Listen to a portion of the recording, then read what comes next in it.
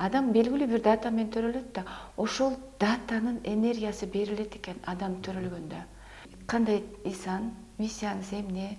Бул жашоодо кандай озипа менен келдиңиз? Кайсыл багытты өнүгө аласыз? Кайсыл учурда жан дүйнөңүз жыргайт? Ошол тууралуу кыскача маалымат. Мындай разбор керек да. Разбор. Мен турмушта ордум кандай? Мен өз ордумдамынбы? Мен өзүм жөнүндө билгим келет. Сиздин туулган күнүңүздү экөөнү кошкондо кайсы сан чыкса, ошол сан сизди жеке инсандык катары аныктайт.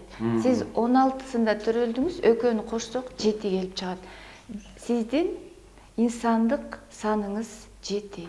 Башкача айтканда, сиз технологсуз, инноватор, тез ишке ашыргыч адамсыз. Кыргыздын түшүнүгү менен айтканда, бул ички жан дүйнөң жыргайт, ичиң канагат алат, кандайдыр өзүңө бир ыраазы болгон сезим пайда болот дейбиз го. Бул жан дүйнөнүн жыргаганы да. Себеп деген адам төрөлгөндө эле сөтсай илими сандар сүйлөгөн илим да.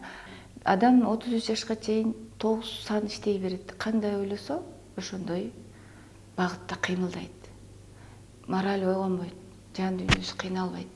Ал эми 33 жашында миссия күчүнө киргенде мораль ойгонот экен. Эгерде сиз өзүңүздүн күчтүү тарабыңызды кайсы багытта өнүккүңүз келгенин билгиңиз келсе, инсан катары кайсы инсандын категориясына кире турганыңызды билгиңиз келсе, төмөндөгү телефонго кайрылсаңыздар болот. Сиздерге мини разбор жасап берүүгө, консультация берүүгө даярбыз.